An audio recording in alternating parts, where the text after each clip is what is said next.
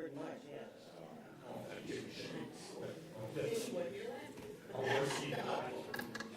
I know, so I like.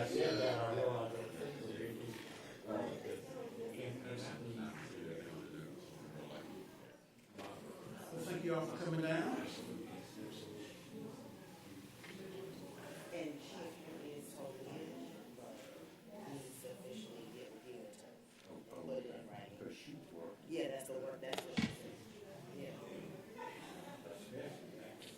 Yeah, yeah. Well, she acknowledged that to me at the session, so you'll follow it. Yeah. Okay, we're waiting on one more application.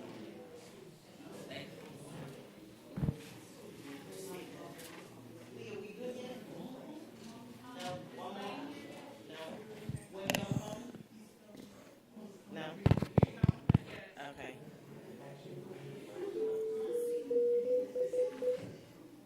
Good morning, everyone. We're just waiting for one more committee member for a quorum, and then we'll get started. So thank you for your patience. If I'm part of the quorum, I have to leave here. Okay. So we're voting on anything. The vote will stop at,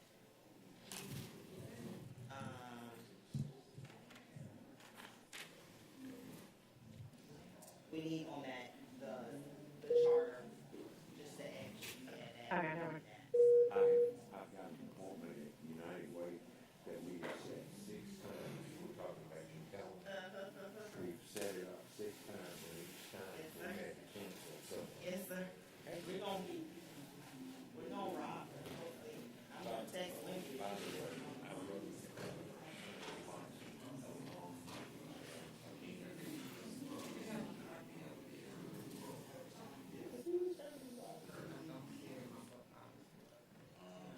you know,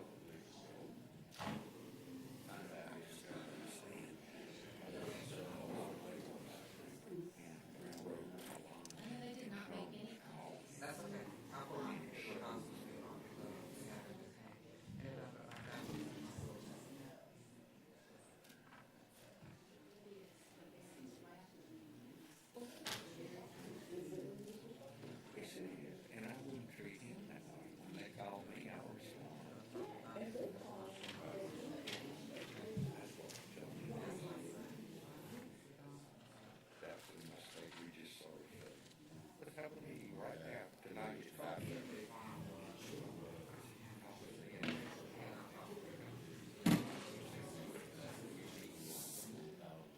We don't do special meetings.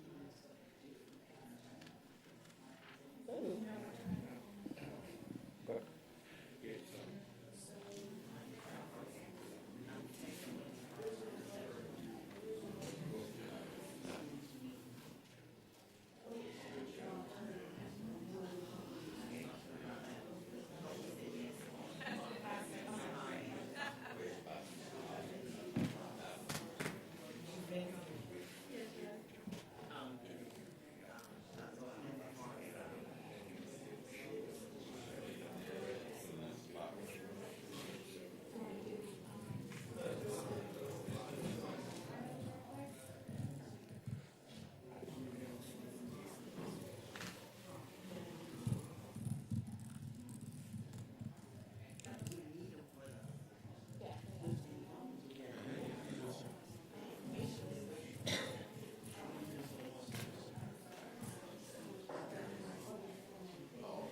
When Donald together.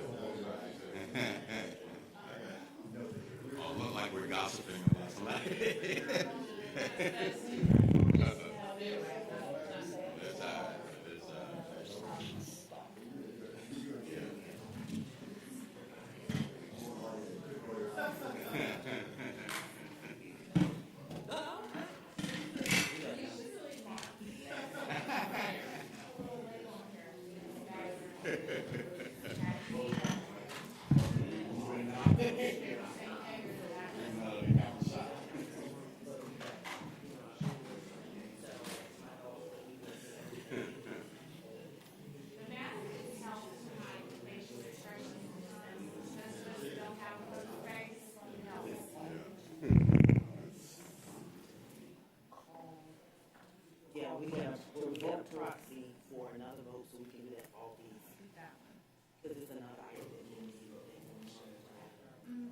double check, but I think the green.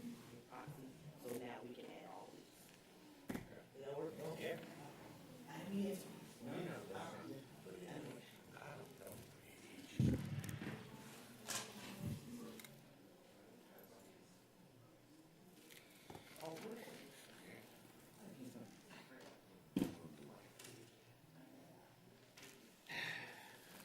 National agenda. I'll put it in.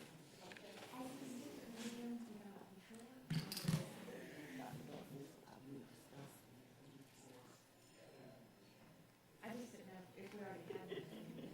We've got 2 slots. We'll get somebody quick. Okay. I'll go out down the street. Nah. Leah, you ready? Emails regarding community work on bonus.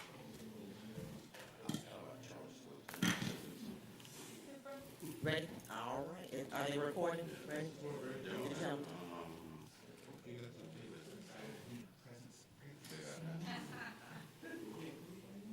I don't think we ever did. That's a good question. What's your hard stop?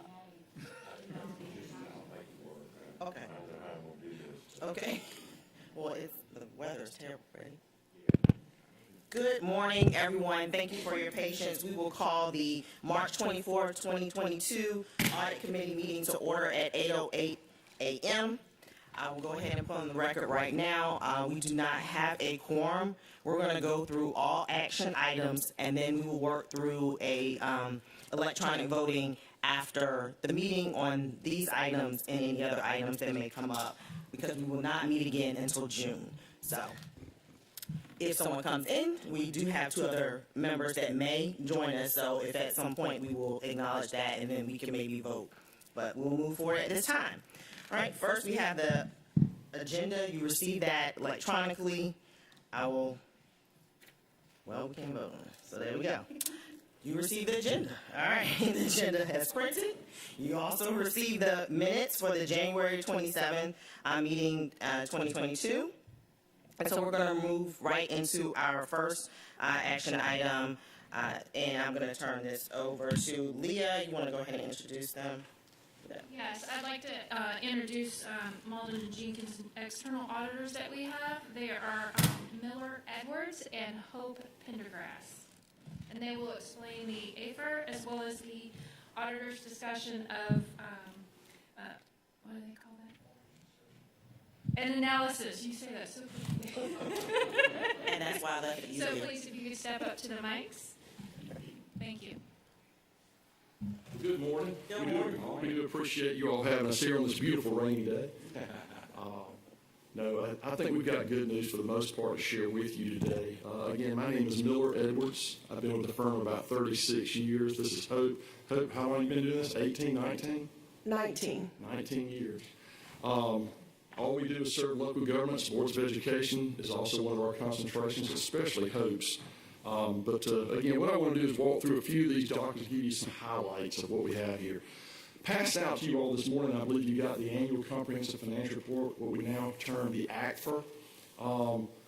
That's where the meat and potatoes of everything is. These other reports that have also been provided, such as the auditor's discussion analysis, that really is just to summarize some of the things I'm going to talk about today. So if you ever get bored, you can't go to sleep, whatever it might be, I say just have this at your bedside table, open up, start reading, and I'm sure by page 2 you'll be done. So, additionally, we have what we call a single audit report package, whereby we talk about your federal funds that you receive and the special audits we had to do because of that. But with that being said, let's just talk a little bit about some of the things that are inside this ACFR. Number one, I want to just compliment you all by being one of the few school systems in the state of Georgia that actually puts together such a high-level document. There's, 182 school systems, something like that across the state, and I'd venture to guess there might be 12 that go to the level that you all do to put together such a fine document. This document goes back and talks about not just the current year, but it talks about, the last 10 years. If you want to get some statistical information, if you want to see how in 21 we compare to 15, guess what? More than likely the 15 information is in there for you to look at. It's also got an introductory section that talks about a lot of things that are going on here, a lot of the initiatives and all those kind of things. It's got organizational charts. Again, these are things that are not required, by the standards. It's something you all are elected to do. You've raised the bar on yourselves. That's a good thing. But with that being said, let's turn to page 18 of this document that's called the Annual Comprehensive Financial Report. Again, that's the one that looks like this. Just make sure we're all on the same page, page 18. And what that does is that gets to the heart of the subject about your financials. And page 18 and 19 are what we would call an entity-wide perspective. You know, you're so used to doing budgeting and looking at your operations via the fund level. This is where we roll all the funds up as one, okay? And when you look at it, you're a pretty large operation, for those who didn't know. I mean, we're talking about probably about $1.5 million worth, 1.5 billion, we put a B instead of an M in front of that, $1.5 billion worth of assets and deferred outflows, which are related to the pension and OPEB fundings. Large amount of assets there. Now, of those assets, about $345 million of that is cash and investments, those kind of things. So it's a very liquid amount of assets. It's also got a lot of hard assets in it, buildings, facilities, all those kind of things. But your assets in total are about $1.45 billion. You've also got about $950 million in liabilities. Now, the big ticket items on that, of course, are those items that were jumped onto your balance sheet a few years back when the state basically allocated some of the pension and their other post-employment benefits to all the various school districts and other state agencies and other things. And so your share of that, when you look at everything, is about $770 million worth. So of your long-term debt of $950, $770 has been bequeathed to you through an allocation and apportionment by the state. You got nothing for it other than a pat on the back. You know, this is one of those kind of things that's always going to be on your balance sheet going forward. It's a big part of your balance sheet, as you can see. When you say 950 and 770 is related to those two items, that's huge. Pension and health care both continue to go up. You have very little influence as an individual's school system as to what that cost is going to be. You can't go out there shopping it and say, you know what, we're going to go take our business elsewhere. You're pretty much, held at bay by the state. The state is on the pension plan going to probably charge you all about another $2 million over the next couple of years relative to your participation annually in the pension system of the state. Again, the costs just keep going up. So you're hearing that not just probably from management, you're hearing it from me today as well. But at the end of the day, when you look at the balance sheet, your net position or equity is about $500 million. Again, that's very commendable. There's a lot of school systems out there when they have to drop in those state amounts, they show a deficit. You all are showing a positive. That's a good thing. Looking at page 19, again, trying to look at the entire operation, not just one fund. It's an unusual looking income statement. Typically, you think of an income statement saying revenues minus expenses, here's your bottom line. Under GASB 34, we have to work it from a different angle. The first column is your expenses, and you can see it totals up to about $579 million worth of cost. That is the cost of operations. That does not include your capital outlay expenditures. It includes depreciation instead, okay? When you're doing things at the fund level, it's going to be expense, it's capital outlay, no depreciation. You go to this, it's on full accrual, we've got depreciation. So again, $579 million is what it costs on a full accrual basis to run this school system. If you work across, you can see some of the specific revenues that were there to offset. You get to the last column and you go down, and the third number from the bottom says $30,731,000. Does everybody see that? $30,731,000. That's the bottom line of the school system this year, after all was said and done. So you had about $610 million worth of revenues to offset that $579 of expenses. Now, some people might say, well, Lord, why do we have to have such a high amount of bottom line? Remember one of my opening comments a moment ago was, this does not include capital outlay. This does not include the payment of principal on debt. So you have to have good, positive operations like this to be able to fund those other things that are such a big part of life at the school system. So it is important to be able to show such a strong bottom line because you've got to have those funds to invest in the system itself. So again, I think it's very strong looking. I think it looks really good. One item of note, you heard me say about $610 million in revenues. About $50 million of that was federally funded. Okay, you get a lot of monies through the state. It's a pass-through situation where the feds give the money to the state uses its knowledge of you and sends out whatever they think you deserve, and you got about $50 million across the board on everything. Consequently, you did have to have a single audit this year, as you always have had to have, and that's where we have to do an audit and look at your compliance with the grants that we selected. And we selected a COVID grant and your special education cluster this year, and I'm happy to say everything was good to go there. So that's good news. Page 20. And I'm not going to keep going through every page in this kind of detail. I don't want you to sit and think, oh my gosh, it's going to be another 3 hours. I'm almost done, actually. But when you look at page 20, this is where you start to see what you're more used to seeing. General fund and eSPLOS fund and the ESSER fund that we had this year. Let me just talk about a few highlights on this. Some of the things that jump off to me when I look at the general fund is we've got a good cash position. The first row you see there's about 114 million. That's a good place to be at June 30th of 21. You've got a good, strong financial position at that point. You come down, you've got certain liabilities, including all those, teachers' salaries payable. You all pay people on a 12-month period. When they finish up with their work during, June, May, June, you still got June, July, August to pay. Okay, that's included in that accrual right there. But you come down to fund balance, which is the next to the last row, and you see it says $135,353,000. That's your net fund balance. Meaning, when I say net, take your liquid assets, your cash, and your receivables offset by some very short-term liabilities. This is what we've got going forward. It's a good place to be. You've got probably about 4 months' worth of reserves right there. Okay, if you look at your operations on the following pages, you'll see that you've got about $33 million a month is what you spend. And so when you take that 33 into that 135, that gives you about 4 months worth of coverage. I personally think that's a great place to be. Okay. Especially considering the time of year and their tax The calendar. time of year, that's very key. Good point, Hope. You think about it, it's the June 30th cutoff. Well, when do we get the bulk of our monies? When property taxes start coming in. So when does property taxes start coming in? October, November? We got to get through a few lean months, correct? So that's why you hear me say I think it's a great place to be. Now, that being said, you actually have a limitation per state law about how much you can have in unrestricted fund balance of 15%. You did a little more than that this year, okay? But, just know that you did better than what they want you to do. All right? But I think that's not a bad thing at all. But again, I think the general fund looks pretty strong. The eSPLOS fund is also looking very good. You've got about $200 million of restricted cash and investments. That's what you've collected over the years through the SPLOS program. And you've got plenty of projects that you've got out there that you're about to be spending on. But what a healthy place to start to be able to sit here and say that we've got about $200 million in such funds ready to be spent on our system. That's a great thing. The ESSER fund, it stands for Elementary and Secondary Schools Emergency Relief. Every different industry has a COVID code name. Okay, and that's what ESSER is in the school environment. So that fund, you'll notice, has a deficit. You go to the bottom, it's about $21 million deficit. That's because we're still waiting on the state to approve your funding.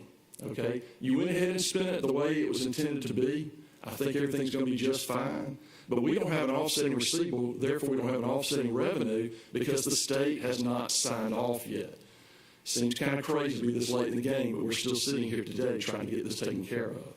But again, I think you're in a good position. Worst case scenario, absolute worst case, say the state says they're not going to fund any of it, and that's not going to happen.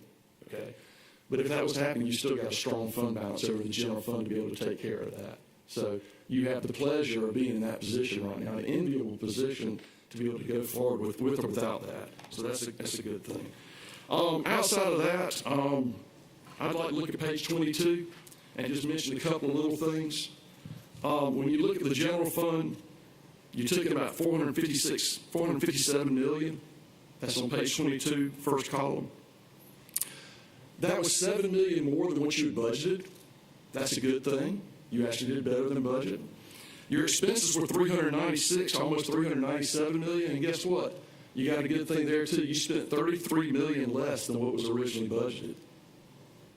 So you take those two favorable variances, you were $40 million ahead of what you had originally planned on being with the general fund. Meaning your original plans were not to have $135 million fund balance, but to be around $95 million. But you got $135 million. That's great. That says to me that y'all did everything you could possibly do to run this system, pull in the belt strap, tighten up, and take care of business, and you did just that. That's what it says to me. So again, I think that looks very good itself. All right, I told you I was almost done, and I'm closing the book on that one, okay? Again, I want to just summarize a few things for you, and then I'm going to go ahead and let you go. And if you've got any questions, please feel free to ask us any questions. But I think overall your financial statements look very strong. I think you're one of the stronger, you're certainly one of the biggest school systems in the state. I mean, I think you already probably knew that. You leave the Atlanta area, what's going to be bigger than Savannah Chapman's Board of Education? It's not Bibb. It's not going to be Muskogee. It's probably going to be here. I mean, it's not. Augusta might be right there with you. But again, you're a large system, but you've got a really good looking financial report that you should be proud of. I think you've got great management taking care of business here. I think you got a good complementary situation, is I guess what I'm trying to say. We do have some management points, just recommendations for improvement. They are so minuscule in my mind that I'm not even going to bring them up today. It's just things that we had noted that we as nerd auditors have to make a comment on every once in a while. And we've made those comments that are included in this document. Again, I wouldn't even sweat it. One of them was the 15% rule. Just beware. You got the 15% rule. It's little things like that. Nothing that I feel like I need to highlight to you today. I don't see a failure. I don't see anything that you need to be notified we got a problem. It's really written to management so they can have some dialogue with us. I don't see it as a big deal whatsoever. You have no findings, nothing that we had to bring to your attention. So again, your audit overall is very clean. Clean financial report, clean report on your laws and regulations, your compliance with those, clean when it comes to your internal control structure. We always look at your internal controls because things change, people change. We always walk through and make sure that you got the right kind of segregations. And I feel very good about what we have here. So I'm going to stop and just see if you all have any questions whatsoever at this time.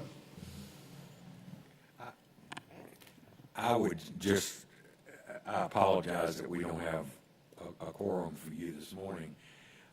We seem to have crowds for things that are not so positive.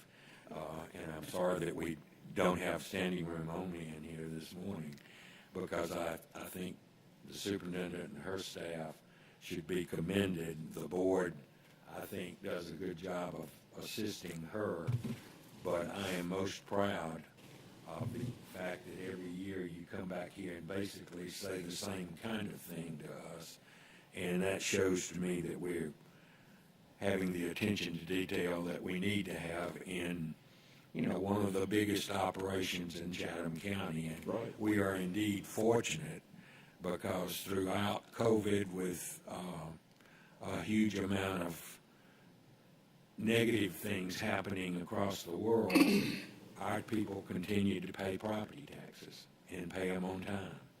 And that in itself helped us be able to stay ahead in the game. And so I commend the citizens of Chatham County for what they've been committed to also do through this. But thank you so much. Well, I'd like to just add another element to what you just said. We serve the 4 biggest governmental units in this area. We serve the county, the city, you all, and the Georgia Ports Authority. And I would just say to all of you, everybody in this room, you got a good thing going with all 4 of those entities. They're all very strong. All are very well run, complementary of each other in so many ways. It's a pleasure to be doing the work we do down here in Savannah. Thank you. I think that I didn't realize that, but that also to me is having your firm do all 4 gives us even more information, and so Yeah. I appreciate it. Yeah, we've been doing the Georgia Ports Authority for a couple of decades now and been down here in Savannah doing the others, including yourself, about 4 or 5 years. Thank you. Thank you. I appreciate the report, and I just want to say that I echo Dr. Buck. This is one of the documents I look forward to during your. Yeah, I know. I do look forward. Because I just need a snapshot, of all the conversation we have and all the criticisms we receive about how we handle money during the year. This is what it is. The numbers are what they are, and so I really appreciate having, the one document to refer to.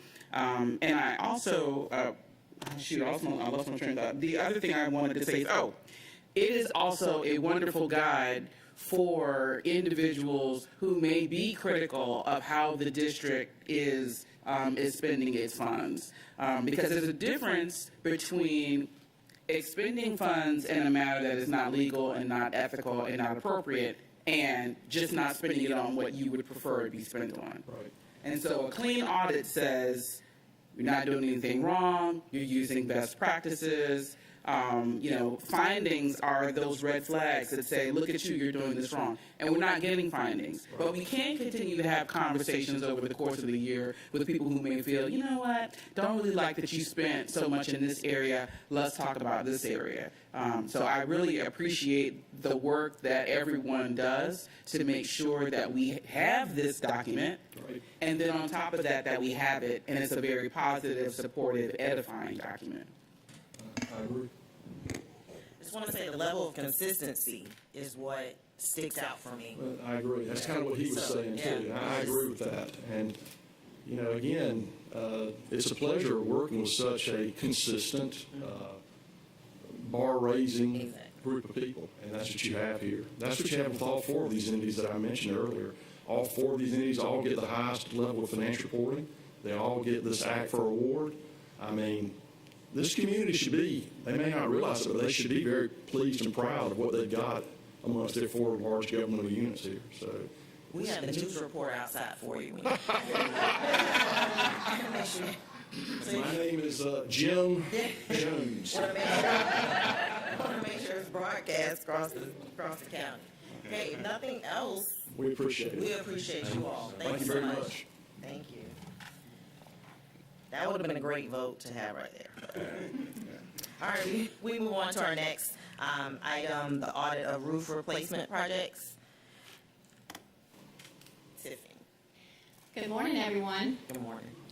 We have completed our audit of roof replacement projects, and if you look on page 2 of the report, you'll see that we looked at 4 objectives. The first was to identify and determine compliance with procedures. Second, to determine if district funds for roofing projects are spent in accordance with district policies and procedures. To determine if each vendor is in compliance with warranty requirements outlined in the project manual. And to identify and evaluate the effectiveness of the preventative maintenance program for roof replacement projects. So during the scope of our audit, we reviewed a variety of information to accomplish these objectives. We held discussions with capital projects and maintenance and operations, and we also reached out to other districts to find out what they were doing with their preventative maintenance programs. On to page 3, you can see our sample listed here. We wanted to make sure that we included different roofing contractors and projects, so that we're looking at a lot of different vendors. So we picked some projects out of E2, E3, and capital projects. On page 4 is our background, and you see I have a lot of detailed information in the background. I thought it was very important to include all of the efforts that especially the operations team is putting in. So as you can see, we have to make sure we're meeting state law with our comprehensive plan, and there's so many different processes that we have to do to make sure that this is done.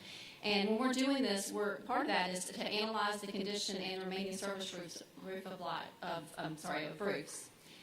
An evaluation is also completed each year to maintain current data for these roofing systems. And as you can see, there's so many different things that have to be done with the inspections. And I know we have talked about the drone program at the board meetings. This is one of the things that the drone program does. It actually helps us with these evaluations. So we have these interns that get invaluable experience, and they're able to go out and take pictures of our roofs, and have really, really helped us. And then the evaluation data is then included in a roof strategic plan that we have in place. Now, as we're going through, we really focus on our construction design guidelines and our project specifications manuals, because that provides our detailed guidance for our roofing projects. And we have different warranties that are required. Our manufacturer warranty is a 20-year no dollar limit, weather, tightness, edge-to-edge material and labor warranty covering all roof systems. And then we also have an installer's warranty, which is a 5-year weather tightness warranty that includes all materials and labor for the roof and wall systems. Now, our maintenance and operations department has a multi-skilled workforce that includes 2 staff members with 70 years of roofing knowledge and experience. I will tell you, this is a huge benefit to our district. As I was reaching out to 2 other districts, they actually have to outsource a lot of that. So we have a lot of that. They were a little jealous of us. Y'all actually have people that work on your roofs. We have to, we have contracts and we have to outsource this. So, I wanted to make sure that, I included that experience. And we even have more experience. This is just the 2 members that work in the maintenance and operations department. But if you go with all operations, we have well over 100 years of experience. So manufacturer warranties require 2 inspections and 2 cleanings each year. And there are 6 detailed steps documented in School Dude for the cleaning process, but we only have 1 step documented for the roof inspection. And as you can see, the roof inspection process says perform general inspection and report findings to your supervisor. But I will tell you, as we're doing this step, when they're documenting the findings, and if there's any warranties that have to be submitted, management is documenting all of that in School Dude. We did not find any exceptions with any documentation in School Dude. So during our audit, we did find some observations. So if you turn over to page 5, effective preventative maintenance will help extend the life of the roof and ensure warranty requirements are met. Documenting roof inspections and cleanings is key to having an effective preventative maintenance program. It's critical that warranty documentation is maintained properly and roof inspections and cleanings are performed based on the requirements in the roof maintenance guide that's included with each one of the warranties. During our review, the observations that we found for 2 areas of improvement. The first is a comprehensive preventative maintenance manual. We found that the Maintenance and Operations Department does not have a comprehensive preventative maintenance manual that includes detailed procedures and responsibilities for roof maintenance. Now, I know with the knowledge we have, a lot of our staff, they know the roofs very, very well. But you always have to have a plan. So if someone happens to leave, retire, it's very important that we have a plan that details all of the information. Or if anything happens to change, we want to have something that we're updating as well. Manufacturer warranties include terms and conditions for maintaining warranty coverage on the roofing systems, and we have those roof guides that I mentioned that has those detailed instructions. And that's what we were using. We were just, okay, here was the roof maintenance guide. This is what we're going to use as our procedure. Which is great, but whenever the procedure was documented in School Dude, we only had that one procedure that said perform roof inspection. Whenever they submit those roof maintenance guides, there's detailed procedures within those roof maintenance guides that we need to make sure that we're following to ensure that we always maintain our warranty. In further review, we could not locate 4 of the maintenance guides for 4 of the 6 projects that we reviewed. Of course, it's important, again, to make sure that we have all that documentation on file. Our second observation is record retention of warranties and project records. Project documentation for roof replacement projects was not maintained as required by industry standards. Warranty requirements for each roofing project are listed in the specification manual.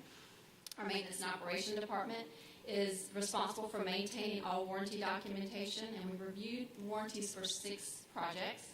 2 of the projects did not have the required documentation. We had 1 project that did not have the 5-year installer warranty. This was a smaller project, but the specification manual, as well as the everything that we had on file documented that we should have the 5-year installer warranty. And then we had the transportation shop building that did not have the manufacturer warranty, but in our discussions with management, we did find that the manufacturer did not offer this type of manufacturer warranty because of the type of roofing system that was put on. But we need to make sure that we have supporting documentation anytime that we have an exception where we're not following warranty. We want to make sure that it's documented and approved by management to disclose those actions. Project records, including warranty documentation, were not maintained in an easily accessible centralized location for the projects that we reviewed. We also could not locate project files for 3 of the roofing projects. We discussed this with the Executive Director of Maintenance and Operations. So this was acknowledged during the scope of our audit, and management started a process of uploading all the warranties into SharePoint for the projects completed prior to 2019. Now, regards to the project records, maintenance and operations stores their project records in a file room, and capital projects has utilized the e-builder program since 2019 for all the East Lost projects. This includes the roof replacements that were funded by East Lost. The use of the cloud-based system, such as the e-builder program, establishes an historical record and prevents the loss of project documentation. The e-builder program also improves efficiency by eliminating the need to transfer documentation between departments. So with these observations, we had 2 recommendations. So if you look at your map, we have included our recommendations on the map along with management's response. And then we had also given you some supporting documentation. Management wanted to make sure that we included the job description and the project closeout information as supporting documentation for the actions that are going to be taken. So the first recommendation is to develop and make a comprehensive preventative maintenance manual that includes procedures for documenting roof inspections, maintaining project records, and managing warranties. At a minimum, warranty documentation should include the following: all installer and manufacturer warranties, roof maintenance guides, roof plans showing all equipment and penetration locations, as-built specifications, and any other related roof reports. As you can see, we have an action plan with the new maintenance director will be hired shortly, with the primary focus on further developing our preventative maintenance standards and integrating the standards into the database software. And the hiring of the new director is expected within the next month. And then our second recommendation is to utilize eBuilder to maintain project documentation electronically for all roofing projects. And this is where we have the supporting documentation because a senior construction manager was hired earlier this month.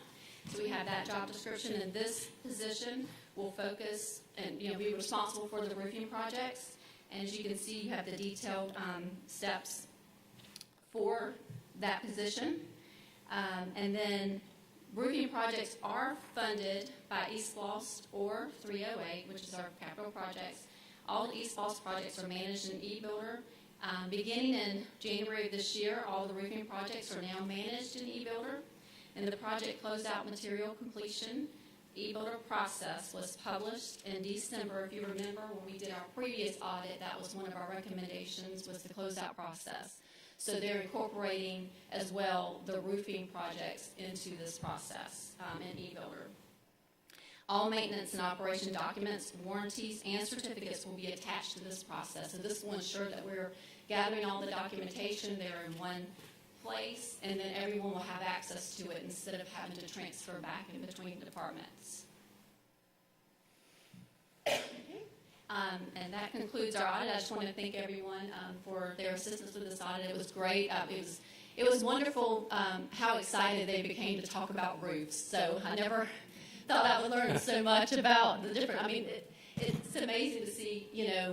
I know one particular person I talked to was able to almost tell me the age of every roof off the top of his head and the type of every roof that was on every facility. So it was a great audit. So I appreciate it. Any questions? Comments? All right, we'll move on to our next item. The next item is our business process reviews. As you see, we've divided it up into 3 sections. The business process review section is more of the front office staff, such as accounts payable, student activity funds, and this year we did not look at the discipline data because of the past year was of the COVID year. It was hybrid. So we really just concentrated on purchase cards, student activity funds, and accounts payable. And then we also looked in the nursing section as well as the school nutrition. So this year for business process reviews, we looked at 28 schools, and the reason why the number of schools were so high, and that is why we're only presenting at this point instead of usually around the December, January point, is because we had provided principals during the COVID year the opportunity for us not to show up in the school site. That was their option if they would like us to be on site or not. So if not, then we had to move it to the following year. So this is where that influx of additional schools have come in. So it's, as you know, we do these based off every 4 years or when there's a change in principal. So we can't go with that notion this year, being that we shifted from basically doing 2 years worth of reviews. So with that being said, overall, there was some issues in some areas, but overall we had a really good, clean review. A lot of student activity funds were improved over the years. There's 1 or 2 schools that may have issues, but I'll go through, really just highlight the main issue with purchasing at this point was Munis is new. That's our new platform. And they're still supposed to sign and date the packing slip to show that when it was received. But a lot of the issues that we found is that they were either not uploading it into Munis, which is the new step, so it's a new process they were learning, or they would upload it, but then forget to sign it before they uploaded it. So it would appear as though it wasn't signed and dated. So a lot of times when we asked what they had on site, the one on site was signed and dated, just it wasn't uploaded as what it was. So we had to get them to understand you do this process first, then you upload it. So that you can see the flow of the date transaction, because that's important to know that we have to have it done within 72 hours for a prompt payment. Student activity funds, because of the COVID years, there wasn't as much activity. And mainly we're running into those same things. It's incomplete forms, or it is not being taken to the bank the same day the funds are receiving. It's usually within the next day. So we're working with finance to identify the inherent risk on that piece and what's the importance that it has to be on the same day versus potentially 24 hours. Because the nature of a school environment is not like a normal work office environment where that could be easily. So we're working with finance to address, can we shift that a little bit in order to accommodate to a school environment. Purchase cards, it was either hit or miss. They either got it or they didn't. But again, that is a new process with Munis as well. I can say from past history, with this new Munis process with purchase cards, it has really condensed the process and has made it more efficient for the school site to conduct. So we're really excited about purchase cards being able to be processed through that. Does anybody have any questions on the business process reviews? All right. Also, as part of our review, Dr. Bond. I'm sorry. I was just going to say, I hope that you can address the issue of the deposits with the activity fees, because it was only a few years ago when it was never 24 hours. It was sometimes weeks, and we were very concerned about that. But I do think it's very difficult for people on a site to get to a bank, especially now with the banks and their hours. And I know you can do stuff on ATMs and all that, but I hope we can work out something so that they're not written up for not getting there within 24 hours. And I never thought I'd say that. But. Well, the good plus, too, is with the new process, we also have direct deposit. So if we can shift the parents to not so much bring cash but pay electronically, then we will be able to eliminate the bank deposit. So it's hopefully we can meet in the middle somewhere. Good. All right, so with the nurses, what we did in this round, this is our 3rd year looking at this. With the nurses, what we do is we go in and we look to see there's 2 key forms that they have to fill out when a student brings in medication. It's kind of an acknowledgement. You're bringing this in. This is what we know that's coming in, and we acknowledge we have it, right? And it also identifies count, because on a monthly basis, they do a monthly count of that medication to make sure that that information is accurate. Now, we did not review that. We are looking more of completion of that report, as well as following state law when it comes to completion of the forms, as well as the diabetic care plan, because that is required to be on site. So with our nurses, again, it was hit or miss. It was either they did really well or they were struggling. In my conversation with Ms. Chansey, would you like to share, or would you like me to share what you? I can go ahead. So one of the things that she shared with me this morning, which is great insight, is that a lot of the schools that, as you can identify, had error rates above the 20%. They were of nurses that were not within the last 1 to 5 years. So these were nurses that had been in the system for a good bit. And when they started in the system, there wasn't a unified procedure process for all this.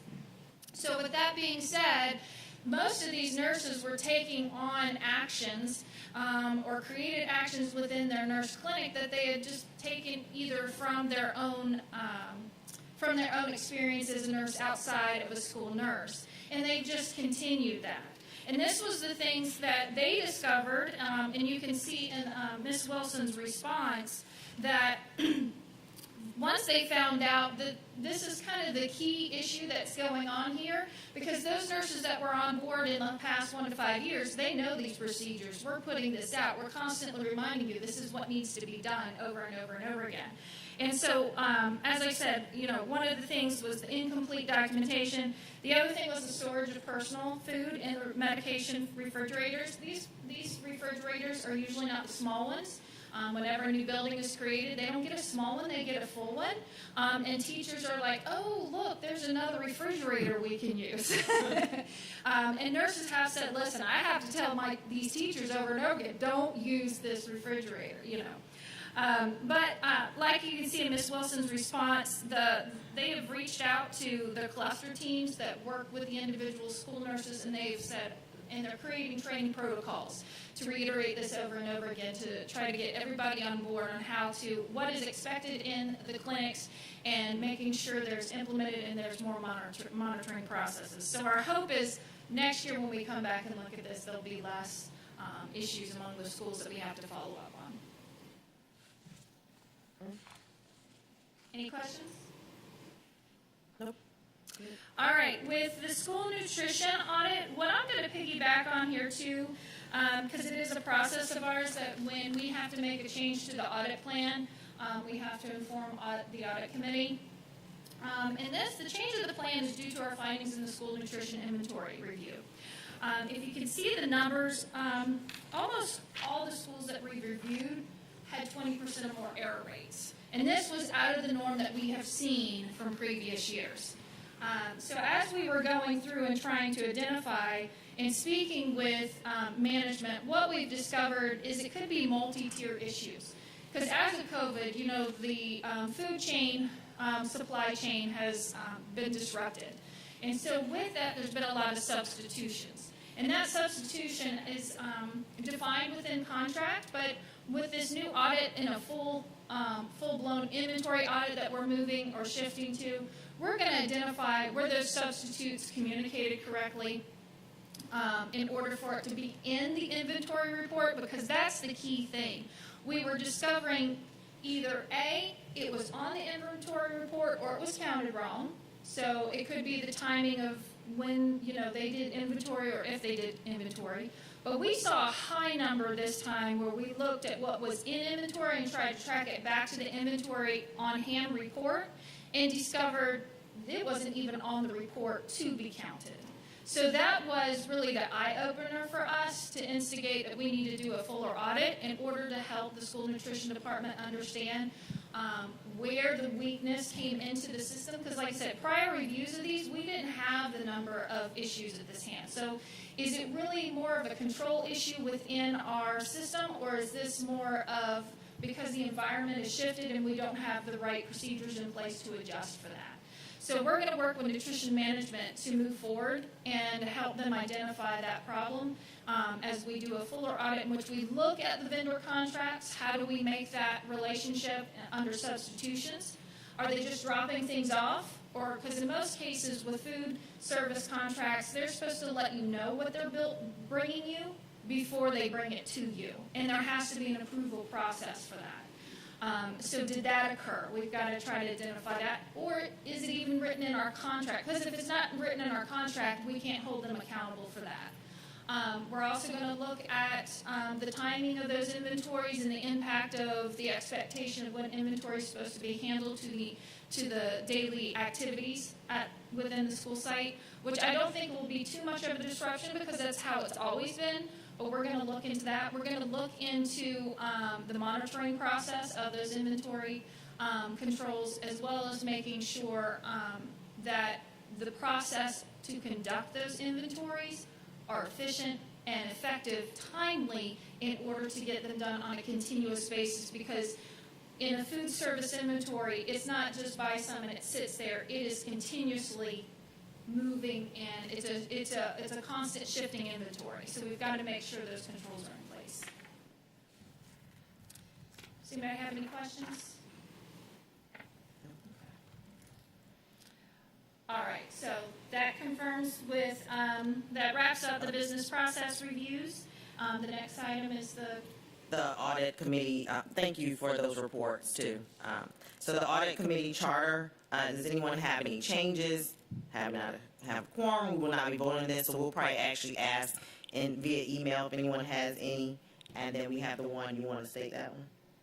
Or you want me to state? Okay, all right, there's one recommendation to assist with some of the quorum issues, which would be to allow the board vice president, when the board president cannot attend, to be counted as one of the voting members of the committee. So we could just have that on the record as that recommendation. At least we have nods of agreement for the two that are here. So we'll put that then. Yes. Because of not having the quorum, Ms. Underwood, I would ask that you go through all of the action items that we had today that we could not address. Please give us a written motion, if you will, to accept every one of those action items. I will ask that we then vote via email instead of trying to do a special Zoom call or anything like that. And that way we can get it on the record, and you can do that as quickly as we can. So. And we did discuss that she as a polling option, that she'll be able to add to it. Go ahead. Thank you. I have a friendly amendment to the vice president being the proxy. Would you be comfortable with that being the board officer in case the vice president or the pro tem need to be available? Yeah, that's fine. That's fine, as long as we state it correctly just for the charter, so however you outline it. I think the reason that works for us is most of you would not probably know that when we do agenda planning, there have been some years prior to my being in this seat that only the president sat with the superintendent and her staff to plan the agenda. Since I've been in office, we're using the vice president and the pro tem person as a committee of three to do agenda planning. And so those two are perhaps even better educated about what's going on than they might normally be. And so I think. So with that, could we say the board vice president and the pro tem? Yes. You can say that. I mean, there are only 3 board officers. Yeah, so, okay. And if you just said the board officers. Board officers, okay. I just wanted to be clear for her, just. But that works well, I think. Thank you. So the term board officers would encompass those 3. Right. Yes. Yes. Okay. In that way. And what I will do to add on to what Dr. Buck recommended about adding about the written action, I will also include the video of this meeting. That way it gives Right. everybody the opportunity Thank to you. review Yes. before they vote. That helps. Thank you very much. Thank you. All right, we'll move into our informational items. So the last 2 items before we move out for the day, the RFP of the annual auditing services, which is the contract, the RFP that handles Malden and Jenkins. That is the annual auditing services in which we're referring to.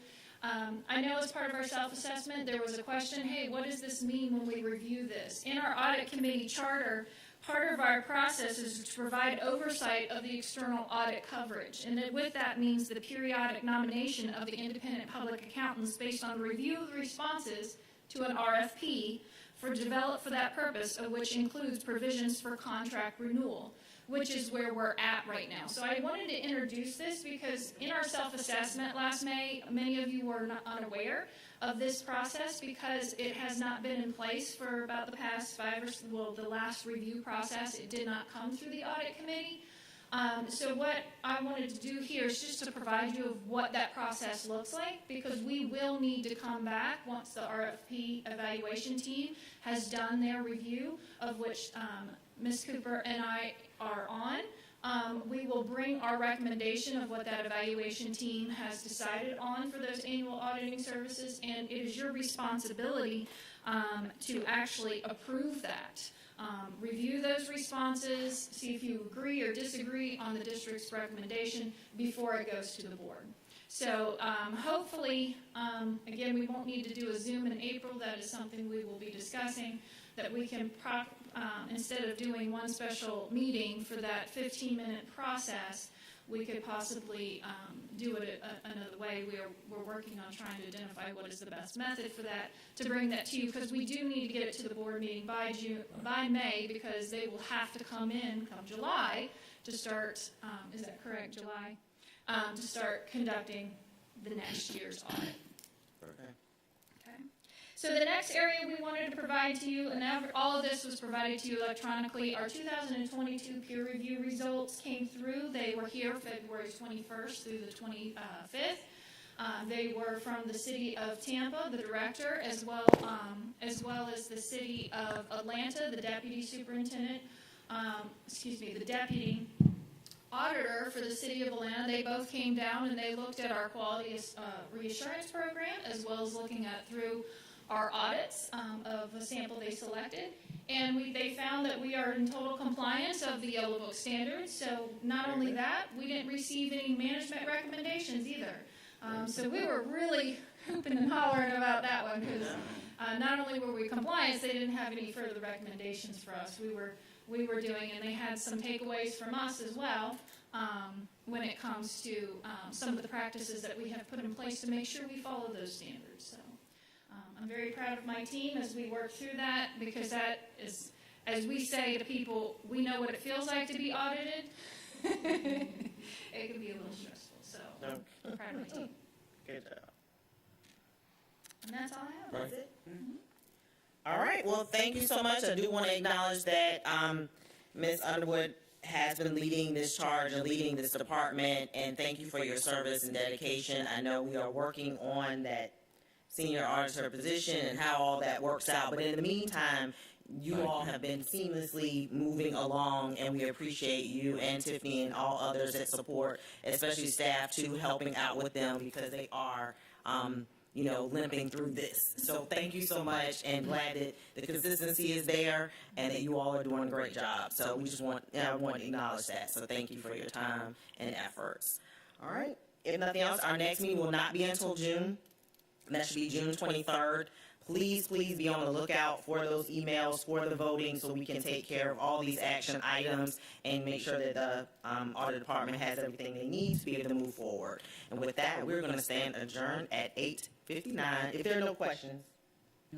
All right, I didn't think so. All right, we stand adjourned at 8:59 a.m. Thank you so much. Thanks.